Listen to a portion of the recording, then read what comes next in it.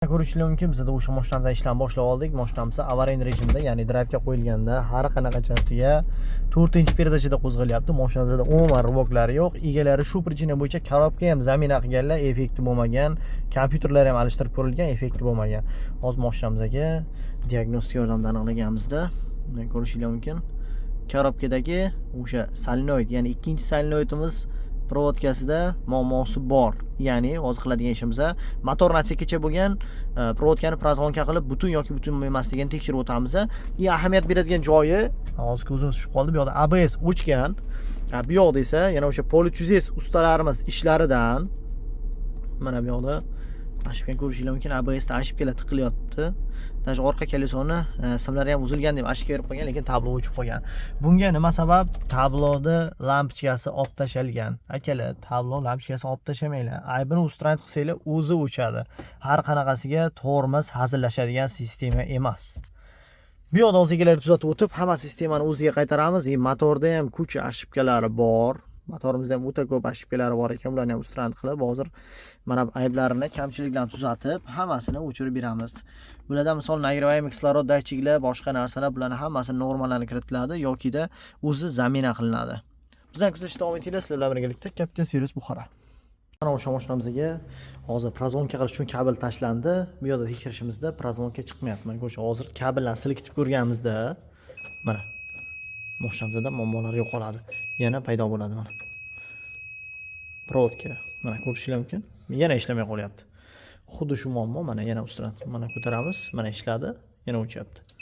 Yana ko'taryapmiz. Mana bu yerda xil blok taglarida mana shu muammolar bor mana mashinada. Ito bu narsani qolgan simlarni ham xuddi shu tartibda tekshirib chiqamiz. Kelajakda yana egalarga boshqa muammo bo'lmasligi uchun akalar. Hozir bu yo'llarni ochib, ishlarni ish jarayonida ko'rsatib o'tamiz.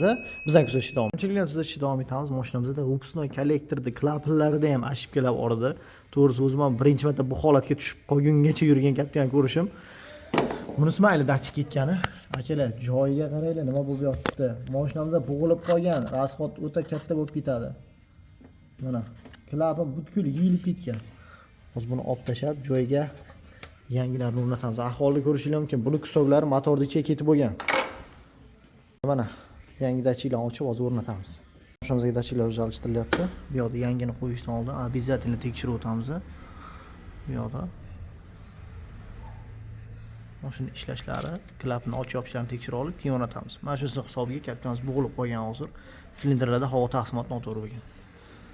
Mashinamizga orqa koleslarda ABS da muammo bor edi. Provodkalarni ochdik. Bu yoqda hozir yana o'sha ishlarimizdan qaysidir ustalarimiz mashinaga kolonkani provodkasidan qo'ygan ekan, polni korroziya berib uzilishni boshlagan. Mana shu uchun hozir olib tashab, bunga suvga chidamli mashina kabellardan qo'yib, bu yoqlarni to'liq paykada o'tkazamiz hozir. Mashinamizning ishlari bitdi. Ko'rishingiz mumkin, mashinamizda barcha perdachalar zo'r bo'ldi. Qo'zg'alishlari o'sha birinchidan to 5-perdachagacha bo'lgan barcha skorslar hammasi me'yorga keldi. Ashibkalar ustran qilindi. Mashinamizda motorda ketgan datchiklar, o'sha piston klapan datchiklari ketib qolgan ekan, ular alishtirildi. ABS dagi muammolari, kolesdagi simlar uzilgani hisobiga bo'lgan, ular ham ustran qilindi. Tablodagi indikator vastranayt qilish iloji bo'lmadi. Oldingi ustalarimiz kovlab tay bilan olib tashlashgan ekan. O'sha hisobiga qolgan narsasi bitkazildi. Mana mashinamiz yurishlarini ko'rsatib o'tamiz. Skorsni operat qilishga e'tibor berasizlar. O'ta ajoyib bo'ldi. Mashinamizda 4-paketli gazda ketyapti hozir. Mana ishlashlari. Bu yoqda ABS sistema tayyorlangandan keyin ham tormozlari ancha mashinamizda yumshab qoldi, zo'r bo'ldi. Chunki oldingi bosgan holatda ABS Shugulevskiy uchun to'g'rilib ketib mashinamizda sirpanib ketib turuvdi. Hozirda o'sha bosganda plavni o'zini to'xtatib olib, tezlikda ham juda zo'r tashyapti. Mana hozir tormoz bosganda tezlik tashlashga yetyapti. Mana o'ta ajoyib bo'ldi. Mashinamizning reaksiyalari o'ziga qaytdi. Chistagan Captivaga aylandi.